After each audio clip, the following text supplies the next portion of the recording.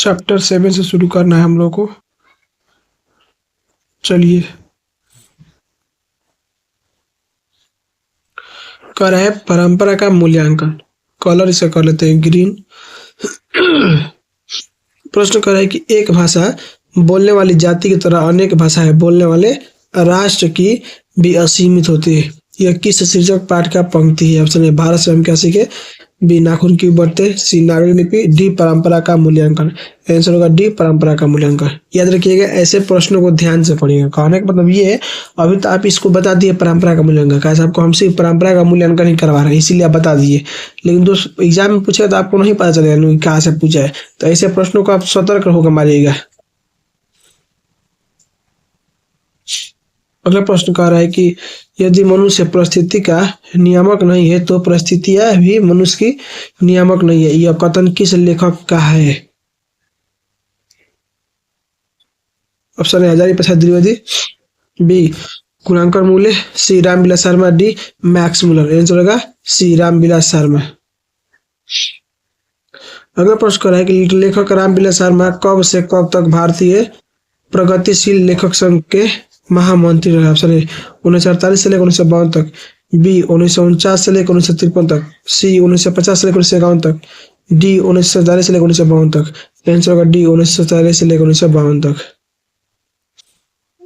अगला प्रश्न कर है कि द्वंदात्मक भौतिकवाद मनुष्य की चेतना को आर्थिक संबंधों से प्रभावित मानते हुए उसकी स्वाधीनता स्वीकार करता है। यह पंक्ति किस शीर्षक पाठ की है? ऑप्शन है शिक्षा और संस्कृति, बी नौबत खाने में इबादत, सी परंपरा का मूल्यांकन, डी अभिनव। आंसर होगा सी परंपरा का मूल्यांकन। अगला प्रश्न कह रहा है कि जनशाही रूप के सोवियत समाज में पढ़े जाने वाले लोकप्रिय साहित्यकार कौन है? ऑप्शन है Tolstoy, B Oliver, C Thomas Hardy, D Walter Scott. Answer होगा टोल्स्टॉय। अगला प्रश्न करें कि सामाजिक विकास क्रम में समांतर सभ्यता की अपेक्षा किस सभ्यता को अधिक प्रगतिशील कहा जा सकता है? ऑप्शन है नैसर्वादी सभ्यता को, बी एक ऐश्वर्यवादी सभ्यता को, सी पूंजीवादी सभ्यता को, डी में से कोई नहीं। आंसर का सी पूंजीवादी सभ्यता को। अगला प्रश्न करें कि मनुष्य और परिस्थिति का संबंध है। ऑप्शन है सापेक्ष, बी मित्रवत, सी निरपेक्ष, डी द्वंदात्मक। आंसर होगा द्वंदात्मक होगा। अगला प्रश्न करें कि यह विचारधारा जो चेतना या भाव को मूल पदार्थ मानती हो कहते हैं?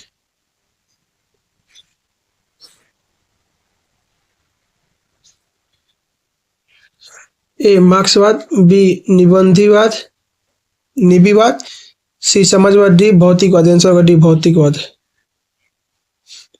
अगला प्रश्न कर रहा है कि सारे यूरोप के लोग किस सभ्यता से प्रभावित थे? ऑप्शन है क्रीट की सभ्यता से, बी मिस्र की सभ्यता से, डी एथेंस की सभ्यता से, इनमें से सभी। आंसर होगा सी एथेंस की सभ्यता से।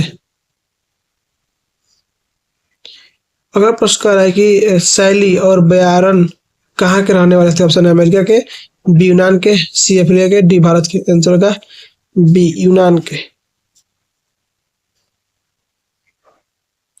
अगला प्रश्न करें कि जरसाही में थी। ऑप्शन है मिस्र में, बी सोवियत रूस से, सी इटली से, डी इजराइल से। आंसर होगा बी सोवियत रूस से। कहने का मतलब ये है कि रूस में ना राजा को जार कहा जाता था, ठीक है ना, इसलिए जरसाही बोला है। अगला प्रश्न करें कि रूस की क्रांति कब हुई थी? ऑप्शन है 1916 ईस्वी में, बी 1917 ईस्वी में, सी 1921 ईस्वी में, डी 1920 ईस्वी में। आंसर होगा बी 1917 ईस्वी में।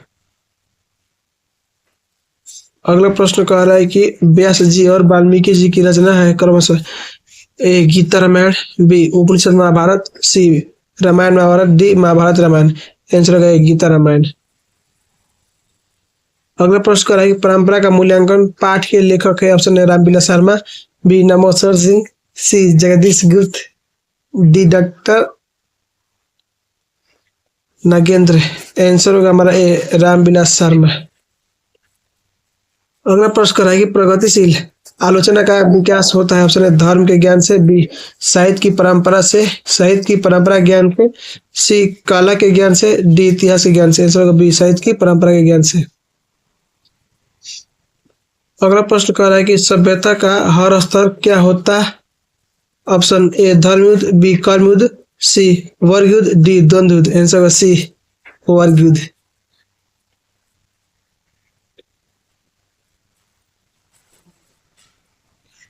अगला प्रश्न कर रहा है कि साहित्य सापेक्षा रूप में क्या होता है? ऑप्शन है पराधीन, बी जड़, सी परतंत्र, डी स्वाधीन। आंसर होगा डी स्वाधीन।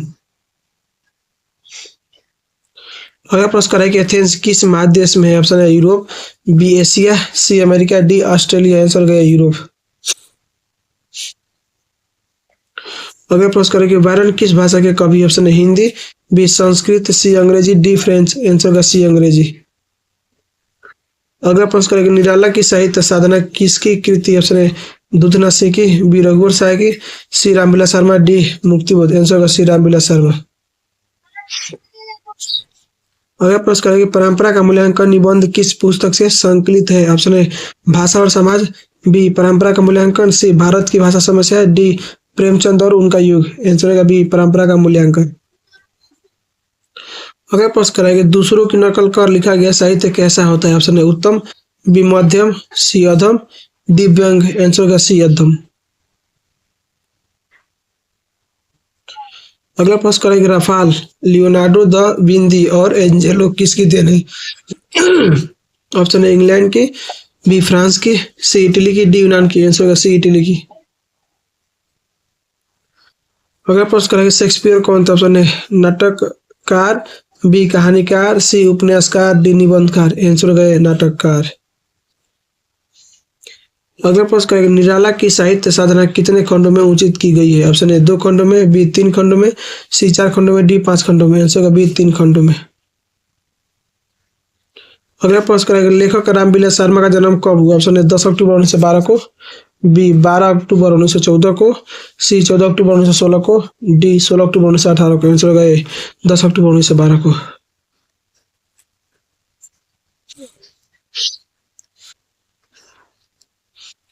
अगला प्रश्न करेंगे लेखक रामविलास शर्मा का जन्म कहाँ हुआ? ऑप्शन है नंदगांव, मथुरा, बी हरनित विहार, सी ऊंचगांव, सानी, डी में से कोई नहीं। आंसर होगा सी ऊंचगांव, सानी।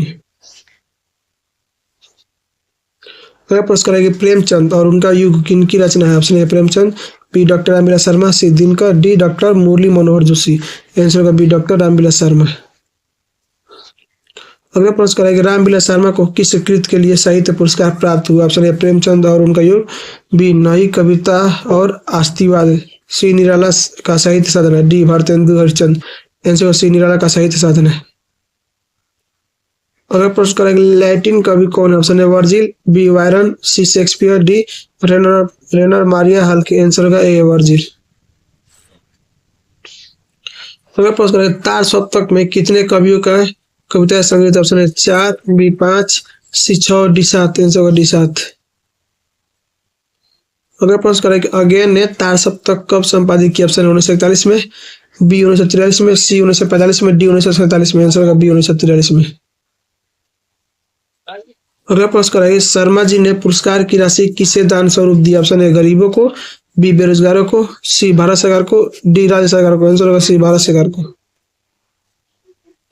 अगला प्रश्न करेगी आदिम का शाब्दिक अर्थ है? ऑप्शन है अति प्राचीन, बी अति सुखदायी, सी अति सुंदर, डी अति कुरूप। आंसर होगा अति प्राचीन। अगला प्रश्न करेंगे भारतेंदु युग हरिश्चंद्र किसकी रचना? ऑप्शन है हरिश्चंद्र की, बी गुणांकर मूल्य की, सी नली मिर्जू शर्मा की, डी डॉक्टर रामविलास शर्मा की। आंसर होगा डी डॉक्टर रामविलास शर्मा। अगला प्रश्न करेंगे डॉक्टर रामविलास शर्मा की मृत्यु कब और कहाँ हुई? ऑप्शन है 1999 महाराष्ट्र, बी 2000 दिल्ली, सन 2001 मालदा, डी 2002 कानपुर। आंसर होगा बी 2000 दिल्ली। अगला प्रश्न करेंगे साहित्य की परंपरा का पूर्ण ज्ञान किस व्यवस्था में संभव है? ऑप्शन है सामंतवादी व्यवस्था, बी पूंजीवादी व्यवस्था, सी समाजवादी व्यवस्था, डी इनमें से सभी। आंसर होगा सी समाजवादी व्यवस्था। अगला प्रश्न करेंगे परंपरा का ज्ञान किन के लिए आवश्यक? ऑप्शन है जो लकीर के फकीर है, बी जो उपयोगी साहित्य की रचना न करे, सी जो लकीर के फकीर न होकर क्रांतिकारी साहित्य की रचना करे, डी जो उपयोगी साहित्य की रचना न करे। आंसर सी जो लकीर के फकीर न होकर क्रांतिकारी साहित्य की रचना करे। 39वां प्रश्न कराएगी भारत की राष्ट्रीय क्षमता का पूर्ण विकास किस व्यवस्था में संभव है? ऑप्शन है सामंतवादी व्यवस्था, बी पूंजीवादी व्यवस्था, सी समाजवादी व्यवस्था, डी इनमें से कोई नहीं। आंसर होगा सी समाजवादी व्यवस्था। अगला प्रश्न कर रहा है कि साहित्य के निर्माण में प्रतिभाशाली मनुष्य की भूमिका है। ऑप्शन ए नगण्य, बी निर्णायक, सी नकारात्मक, डी में से कोई नहीं। आंसर बी निर्णायक। अगला प्रश्न है रामविलास शर्मा का जन्म हुआ था। ऑप्शन ए 1908 में, बी 1909 में, सी 1911 में, डी 1912 में। आंसर होगा डी 1912 में। अगला प्रश्न है लेखक रामविलास शर्मा के गांव का क्या नाम था। Option A Unchgaon Saini, B Unchgaon Sani, C ऊंचका गांव सैनी, डी ऊंचा गांव सैनी। आंसर होगा बी ऊंच गांव सैनी। 43 नंबर प्रश्न कर रहा है कि भौतिकवाद का अर्थ भाग्यवाद से नहीं किस निबंध की पंक्ति है।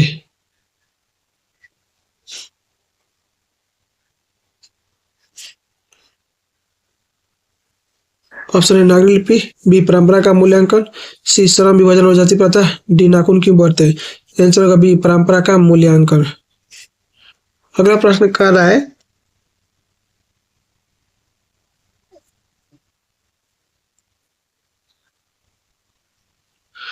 करेंगे परंपरा का मूल्यांकन शीर्षक पाठ साहित्य की कौन विधा है। ऑप्शन है कहानी, बी निबंध, सी व्यंग, डी सम्राट। आंसर होगा बी निबंध। अगला प्रश्न कर रहा है कि बड़े भाई किस लेखक की रचना है। ऑप्शन है Birju Maharaj, B Atin Mishra, C Ramvilas Sharma, D Mahatma Gandhi. Answer C Ramvilas Sharma. अगला प्रश्न कर रहा है कि निम्नलिखित में से कौन हिंदी आलोचना के महत्वपूर्ण हस्ताक्षर रहे थे। ऑप्शन है Bhimrao Ambedkar, B Birju Maharaj, C Max Muller, D Ramvilas Sharma. Answer D Ramvilas Sharma. अगला प्रश्न करेंगे कौन मनुष्य के संपूर्ण जीवन से संबंध। ऑप्शन है धन, बी साहित्य, सी ऐश्वर्य, डी अपव्यय। आंसर होगा बी साहित्य।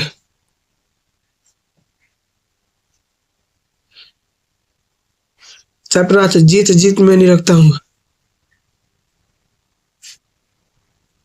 प्रश्न कर रहा है साफा क्या है। ऑप्शन है छोटा कुर्ता जिसे संगीत के पहनते हैं,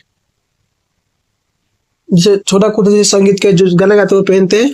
बी बैठने के लिए आरामदायक गद्दा, सी साफ लंबा वस्त्र जिसे नर्तक कंधे से लेकर कमर तक लपेटे होता है, डी साफ करने की विधि है। आंसर होगा सी साफ लंबा वस्त्र है जिसे नर्तक कंधे से लेकर कमर तक लपेट लेता है। ठीक है ना, इसका साफा कहते हैं।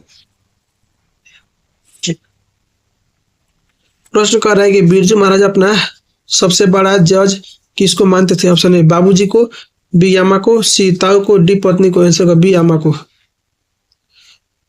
अगला प्रश्न करेंगे पंडित बिरजू महाराज कानपुर में कितने साल रहे। ऑप्शन है 3 साल, बी 1 साल, सी 3.5 साल, डी 2-2.5 साल। आंसर होगा डी 2-2.5 साल। अगला प्रश्न करेंगे बिरजू महाराज का जन्म लखनऊ के किस अस्पताल में हुआ। ऑप्शन है पारस, बी जाफरीन, सी गोदावरी, डी रुद्र सदन। Answer B जाफरीन। अगला प्रश्न करेंगे बिरजू महाराज की शादी कितने वर्ष की उम्र में हुई थी। ऑप्शन है 16 साल, बी 18 साल, सी 15 साल, डी 17 साल। आंसर होगा बी 18 साल। अगला प्रश्न करेंगे जीत जीत मैं नहीं रखता हूँ। ऑप्शन है क्या है, कहानी है, निबंध है, ललित रचना है, दी साक्षात्कार। आंसर डी साक्षात्कार है। अगला प्रश्न करेंगे बिरजू महाराज के बहनों का जन्म हुआ था। ऑप्शन है रामपुर में, बी बीकानेर में, सी जौनपुर में, डी दुलारपुर में। आंसर गए रामपुर में। अगला प्रश्न करेंगे बिरजू को क्या पहनने का बहुत शौक था। ऑप्शन है घड़ी, बी टोपी, सी चश्मा, डी अंगूठी। आंसर का बी टोपी। अगला प्रश्न करेंगे हिंदुस्तान डांस अकादमी में थी। ऑप्शन है कपिला जी, बी लीला कृपलानी, सी यानी कपिला जी और लीला कृपलानी दोनों, डी इनमें से कोई नहीं। आंसर सी कपिला जी और लीला कृपलानी दोनों होगा। प्रश्न कर रहे हैं कि बिरजू कितने साल के थे जब उनकी पिता की मृत्यु हुई थी। ऑप्शन है 8 साल के, बी 9.5 साल के, सी 10 साल के, डी 7.5 साल के। आंसर होगा बी 9.5 साल के।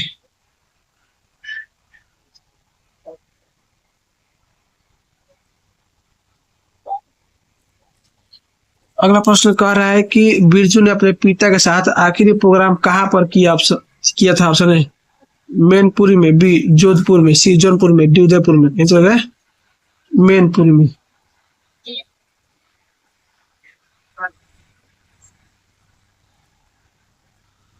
प्रश्न कर रहा है कि ये प्रश्न दोस्तों सही बोले तो हमको दिख रहा है। साथी है क्या है, छोड़ देते इसको। अगला प्रश्न देख लीजिए। कह रहा है कि पंडित बिरजू महाराज है। ऑप्शन ए गायक, बी लेखक, सी कहानीकार, डी नर्तकी। आंसर होगा डी नर्तकी होगा। अगला प्रश्न कर रहा है कि बिरजू महाराज का साक्षात्कार किसने किसने लिया है। ऑप्शन है रसीम वाजपेयी, बी शाश्वती, सी दीपा, डी अर्चना। आंसर होगा ए रसीम वाजपेयी।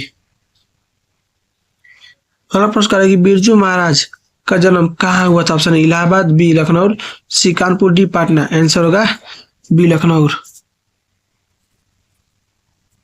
अगला प्रश्न करेंगे पंडित बिरजू महाराज किस लड़के को डांस सिखाते थे। ऑप्शन है राधे स्वामी बांगला, बी गौरी शंकर बांगला, सी सीताराम बांगला, डी राधा मोहन बांगला। और सी सीताराम बांगला।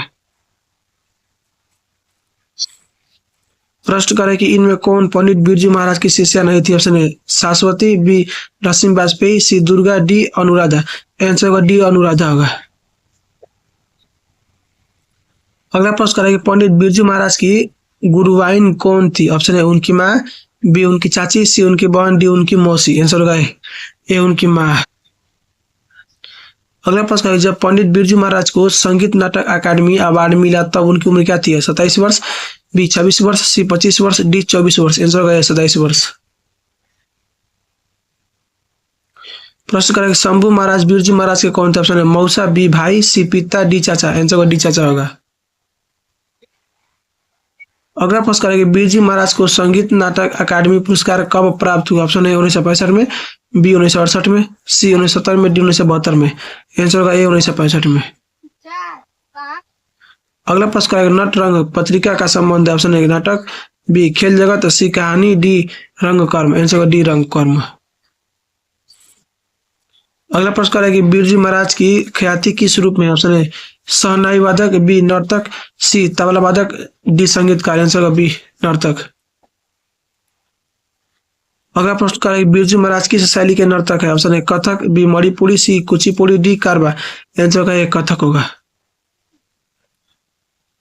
अगला प्रश्न करेंगे बिरजू महाराज का संबंध किस घराने से है। ऑप्शन है लखनऊ, बी डुमराव, सी बनारस, डी किसी से भी नहीं। ऑप्शन होगा ए लखनऊ से होगा। अगला प्रश्न कह रहा है कि पंडित बिरजू महाराज का जन्म कब हुआ था। ऑप्शन है 4 जनवरी 1938 को, बी 4 फरवरी 1938 को, सी 4 मार्च 1938 को, डी 4 अप्रैल 1938 को। आंसर होगा बी 4 फरवरी 1938 को। अगला प्रश्न करेंगे बिरजू महाराज के पिता क्या थे। ऑप्शन है प्रसिद्ध संगीतज्ञ, बी प्रसिद्ध नाटककार, सी प्रसिद्ध कला प्रेमी, डी प्रसिद्ध नर्तक। आंसर होगा डी प्रसिद्ध नर्तक। अगला प्रश्न करेंगे बिरजू महाराज को प्रारंभिक शिक्षा किससे प्राप्त होती है। ऑप्शन है पिताजी से, बी माताजी से, सी कपिला जी से, डी सभी से। आंसर होगा सी कपिला जी से।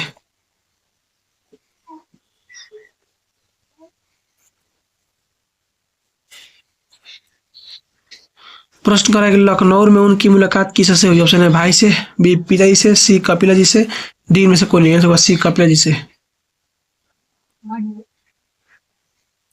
प्रश्न करें किस उम्र में बिरजू महाराज नृत्य कला में परिवर्तन हो गए। ऑप्शन है 7 वर्ष, बी 8 वर्ष, सी 9 वर्ष, डी 10 वर्ष। आंसर होगा सी 9 वर्ष। प्रश्न करें बिरजू महाराज की पहली शिष्या थी। ऑप्शन है दुर्गा, बी अनुराधा, सी रसिया, डी रामा। सी होगा रसिया, रसीम होगा। कह रहा है कि 32 नंबर मस का शाब्दिक अर्थ है। होल्ड ऑन जी।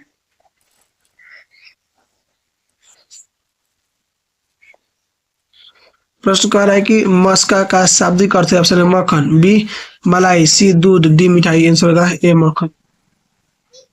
प्रश्न कह रहा है कि किसने शास्त्रीय नृत्य कला को गति और चमक प्रदान की। ऑप्शन है रसीम वाजपेयी, बी बिरजू महाराज, सी कपिला जी, डी में से कौन। आंसर होगा बी बिरजू महाराज।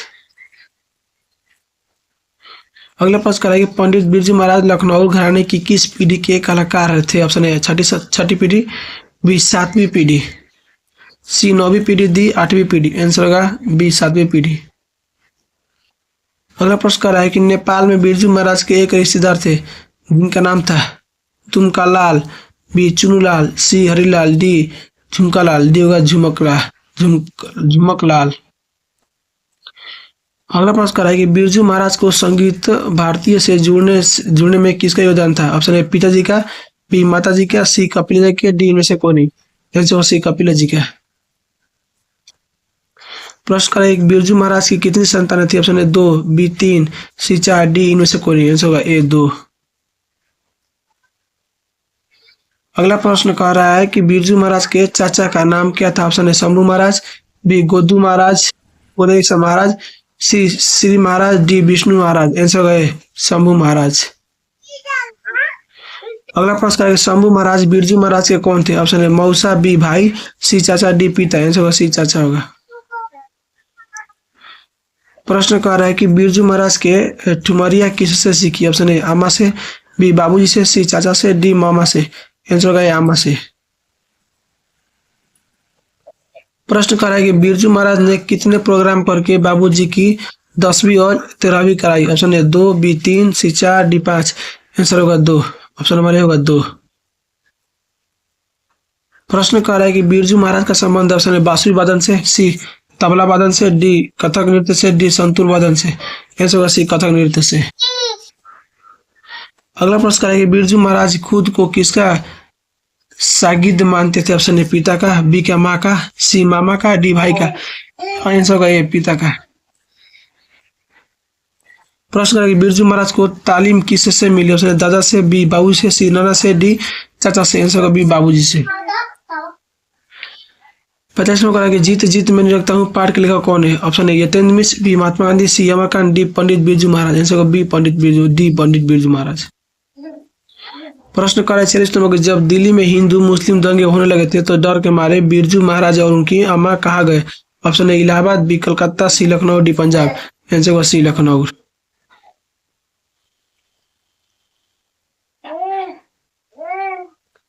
27वां प्रश्न करेगी बिरजू महाराज को गड्ढा गाढ़ा किनसे था?